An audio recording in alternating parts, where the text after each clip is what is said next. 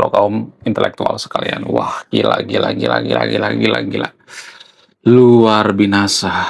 Gila gila gila. Sepertinya video ini tidak disukai oleh warga Konoha. Sepertinya video ini akan dibenci oleh warga Konoha. Sepertinya video ini tidak akan diminati oleh warga Konoha. Karena apa? Karena video ini bertentangan dengan pola pikir warga Konoha. Jadi guys, baru-baru ini ada kejadian yang sangat luar biasa, di mana imigran Muslim di New Zealand ada semacam tekanan gitu ya.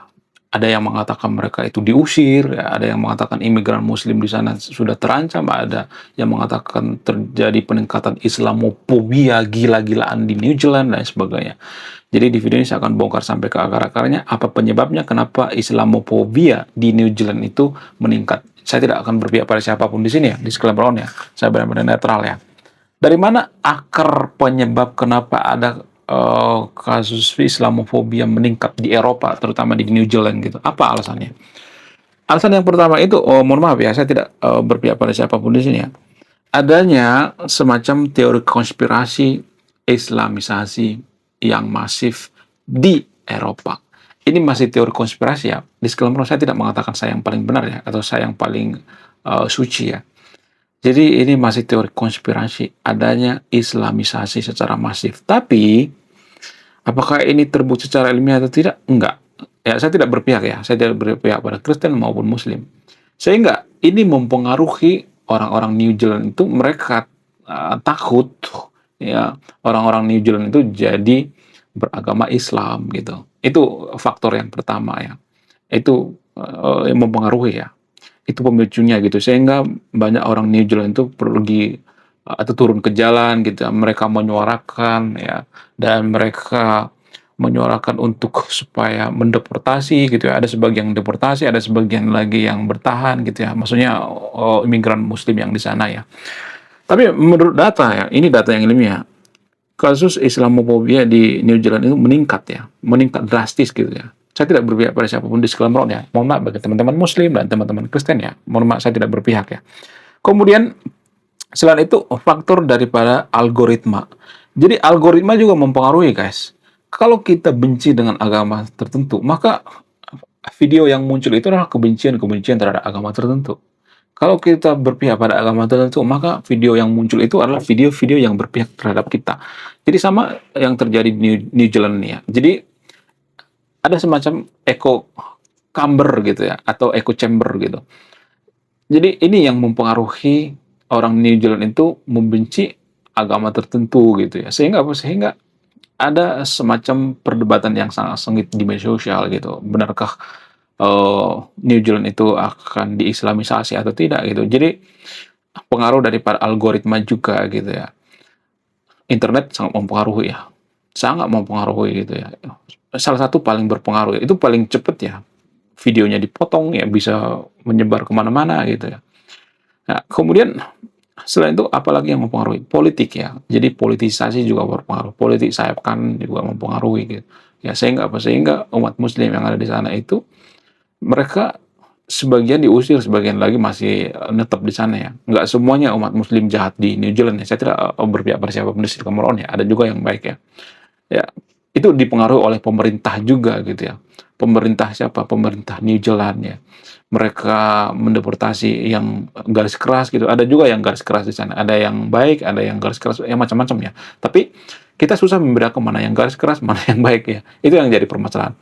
Ya, kemudian selain faktor politik ya, faktor lain juga gitu ya. Adanya insiden-insiden di Eropa gitu ya. Jadi mohon maaf bagi yang tonton video ya.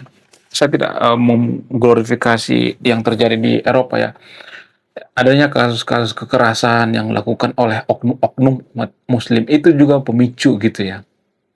Karena gini guys ya, saya tidak berpihak pada siapapun di sini ya. Kan umat Muslim itu kan selalu bawa simbol-simbol kemana-mana gitu ya. Jadi ketika mereka melakukan kesalahan pun kelihatan gitu, sama seperti di Konoha. Jadi kalau misalnya nih ya ada orang mencuri, dia menggunakan hijab, menggunakan gamis dan sebagainya gitu, simbol-simbol Islam. Secara tidak langsung dia menghina agamanya, iya kan? Saya cuma bertanya guys ya. Kalau ada yang mengatakan jangan salahin agamanya dong, kan manusia itu kan makhluk ini simbolis ya, maksudnya dia tuh makhluk visual gitu. Kita melihat dari pakaiannya gitu ya. Harusnya kalau misalnya melakukan kejahatan ini jangan bawa-bawa agamanya gitu ya, jangan bawa-bawa simbol agama. Itulah alasannya kenapa agama lain seperti agama Buddha, agama Hindu, dan agama Kristen ya, kalau saya perhatikan, saya tidak berpihak pada siapapun di sekolah Meron ya. Mereka biasanya tidak bawa-bawa agama. Orang Kristen nggak bawa salib kemana-mana kan. Ya mungkin dipakai tapi ditutupin ya Pak, biasanya ya. Ada juga ya yang kelihatan tapi kecil banget gitu ya. Ya kalau umat muslim cuman pakai tasbih doang, nggak bakalan kelihatan kan. Sama seperti itu ya, salib gitu ya. Jadi yang paling berpengaruh itu adalah hijab, kemudian baju gamis, yang baju-baju Islam gitu, brawokan ya, ya kemudian mohon maaf ya ada eh, tanda jidat di sini ya, yang warna hitam gitu, mungkin karena kebanyakan sholat gitu ya, kita nggak tahu kan, maksudnya terlalu sering sholat, boleh-boleh aja sholat nggak jadi masalah, tapi ya jadi hitam kan ijazahnya, itu jadi identitas gitu ya, orang-orang jadi melihat, oh ini muslim ya, sehingga kalau mereka melakukan kejahatan ya, walaupun mereka nggak bawa-bawa agama, secara tidak langsung mereka bawa agama, sama seperti di Eropa ya, kalau ada orang yang melakukan kejahatan itu, yang lain pasti kena gitu, karena gini guys, kita kan sering mengklaim ya kalau misalnya umat muslim melakukan kejahatan, kita mengatakan oh jangan salahin agamanya dong. Tapi kan permasalahannya kalau dia berprestasi gitu ya. Misalnya nih jadi juara UFC misalnya. Ya, seperti Habib Nurmagomedov misalnya. Dia memenangkan UFC. Orang-orang mengatakan apa dulu dong agamanya? Jelas dong, dia kan muslim, dia muslim yang taat, dia tidak minum alkohol dan sebagainya, dipengaruhi oleh agama dong. Jadi biasanya kalau prestasi kita banggakan gitu ya, tapi kalau kejahatan kita nggak mengatakan oh nggak ada hubungan dengan agama. Jadi ini standar ganda. Orang-orang Eropa mengetahui itu. Ya, mohon maaf bagi teman-teman muslim ya, saya tidak berpihak pada siapa di sini ya. Karena orang-orang Eropa itu berpikirnya itu rasional gitu ya. Jadi kalau misalnya Anda mengatakan orang Eropa itu sedikit-sedikit Islamofobia, sedikit-sedikit Islamofobia, mereka itu terlalu mengglorifikasi. Kan permasalahannya kalau umat muslim di Eropa itu melakukan kejahatan, mereka itu pakai simbol-simbol agama gitu, pakaiannya, ada berewokannya, kemudian bajunya gitu. Jadi kelihatan banget mereka itu muslim. Karena manusia itu makhluk visual gitu ya. Kita menilai seseorang itu dari pakaiannya kan. Kalau saya memakai compang-camping kayak gini, saya nggak bakal dihargai kan. Kalau saya memakai baju jas misalnya, oh kayaknya ini kerjanya ini kantoran gitu ya, atau kerja pemerintahan misalnya. Itu kan bisa dinilai dari pakaiannya. Ya, bayangkan kalau presiden itu pakai baju compang-camping, apakah dia bisa dikatakan presiden? Enggak kan. Jadi umat muslim juga seperti itu harus menyadari bahwa pakaian itu berpengaruh gitu. Ya, saya tidak memojokkan agama tertentu di sini ya, tapi itulah yang mempengaruhi Islamophobia itu naik gitu. Ya, bukan berarti saya larang yang untuk pakai baju muslim, bukan. Tetapi yang orang-orang umat muslim yang ada di Eropa itu kan mereka pakai baju muslim sehingga apa? Sehingga mereka langsung cepet ya dikasih stempel gitu. Oh, umat muslim seperti ini ya. Oh, seperti ini. Padahal kan itu cuma oknum aja ya. Ya, kalau misalnya kita bandingkan dengan umat Kristen misalnya. Umat Kristen itu kan kalau mereka melakukan kejahatan mereka nggak bawa-bawa agama kan. Mereka nggak pakai baju baju Kristen, maka kita nggak tahu dia Kristen kalau nggak lihat KTP-nya kan.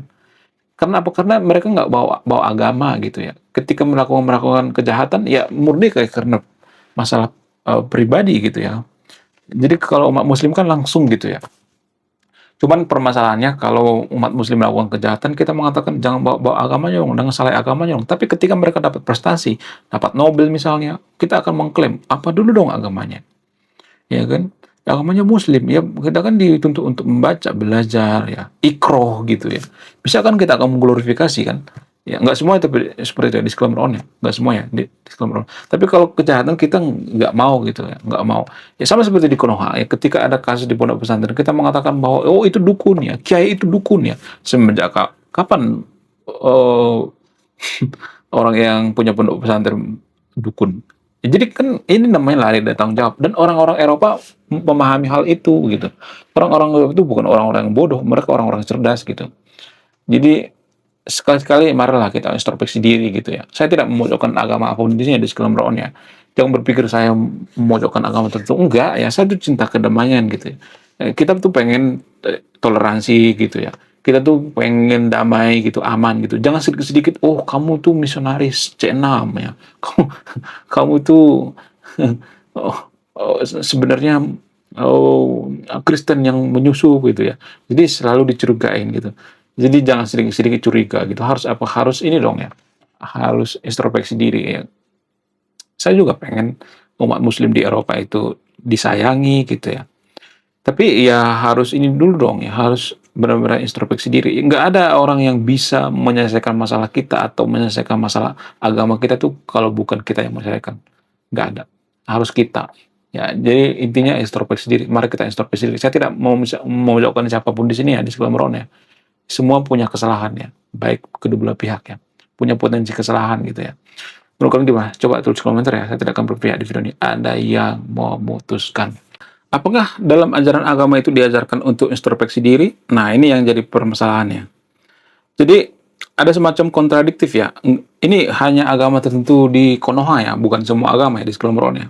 Jadi di satu sisi kita diajak untuk introspeksi diri gitu ya. Lu harus introspeksi diri, lu harus berbuat baik gitu karena agama menyuruh seperti itu. Tapi di sisi lain kita dituntut untuk mengimani gitu ya. Artinya gini, ya kalau misalnya nih dalam agama tersebut kita disuruh mengimani bahwa Israel itu jahat, ya harus jahat gitu ya. Kita nggak boleh protes kok Israel itu jahat. Emang semua Israel itu jahat? Nggak boleh protes seperti itu. Disuruh mengimani. Jadi ini ada semacam kontradiktif ya. Jadi di satu sisi kita disuruh introspeksi diri, di sisi lain kita disuruh mengimani bahwa Israel itu jahat. Harusnya kan kalau introspeksi diri, kalau misalnya kita komitmen introspeksi diri, harusnya kita introspeksi diri dong. Benarkah orang Israel itu jahat? Benarkah orang Nasrani itu jahat? Benarkah agama lain itu jahat? Kita harus introspeksi diri gitu ya. Kita cross check langsung gitu ya. Apakah semua orang Yahudi itu jahat? Apakah semua orang Nasrani itu jahat? Harus cross check dong ya. Apakah itu konteksnya zaman dulu? Harus cross check dong ya. Jadi makanya saya katakan ya, kalau IQ 78 itu susah dalam beragama. Karena apa? Karena mereka terlalu ini banget ya, tekstual gitu ya. Kalau teksnya mengatakan seperti itu, memusuhi Nasrani ya kita harus musuhi gitu ya. Dimanapun Nasrani kita harus musuhi ya. Bunuhlah gitu, perangilah. Ini kan terlalu tekstual ya. Ini hanya agama tertentu di Konoha, bukan semuanya ini sekelumron ya. Jadi kita harus menyadari bahwa dalam agama itu ada kontradiktif. Dalam agama Kristen juga seperti itu. Mohon maaf bagi teman-teman Kristen ya. Di satu sisi kita dituntut untuk percaya atau didoktrin bahwa dalam agama Kristen ya, didoktrin untuk percaya bahwa semua agama itu berhak masuk surga ya. Tapi di sisi lain ada ayat yang mengatakan akulah jalan kebenaran gitu. Ya kan, jadi ini kontradiktif ya. Di satu sisi kita mengatakan bahwa akulah jalan kebenaran, di sisi lain mengatakan bahwa ya semua orang itu berhak masuk surga. Jadi ada kontradiktif dalam agama. Kita harus memahami itu. Ya, kita harus sadar dulu bahwa yes, emang ada seperti itu dalam agama. Ya, supaya apa? Supaya kita semakin damai. Karena banyak perang itu ditimbulkan oleh doktrin-doktrin agama. Perang di dunia ini banyak dipengaruhi oleh agama. Perang salib itu pengaruh daripada agama juga gitu. Ya, perang antara Kristen dan Muslim zaman dulu di Eropa itu perang dipengaruhi oleh agama juga gitu ya. Jadi kita harus mengakui bahwa dalam agama itu ada kok kontradiktif gitu ya. Ya, itu namanya kontradiktif kan. Di satu sisi kita mengatakan bahwa akulah jalan kebenaran gitu. Di sisi lain, ya semua agama itu berhak masuk surga gitu. Itu namanya kontradiktif ya. Kita harus mengaku itu ya. Kalau nggak mengaku itu ya kita nggak bisa. Agama samawi kan seperti itu ya. Ya, jadi Anda teman yang nonton video harus baca ya kitab suci semua agama di Konoha. Saya udah baca Torah, sudah baca kitab suci agama Yahudi, agama Kristen, agama Islam, ya, kemudian Hindu, ya, Buddha, sudah saya baca semuanya gitu. Jadi yang saya sorot itu yang paling banyak, bukan yang paling banyak sebenarnya, yang ada semacam kontradiktif itu di agama Samawi atau agama Abrahamik ya.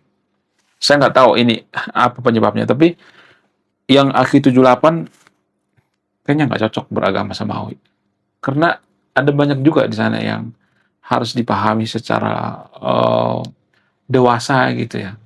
Jadi nggak langsung tekstual gitu ya. Nah, itu yang perlu jadi tantangan ya.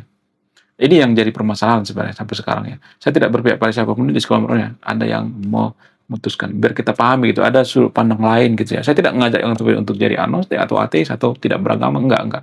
Tapi saya pengen memahami atau dewasa memahami bahwa agama itu ada kok yang kontradiktif dalam agama samawi gitu ya. Menurut kalian gimana? Coba tulis komentar ya. Saya tidak akan berpihak di video ini, Anda yang menyimpulkan.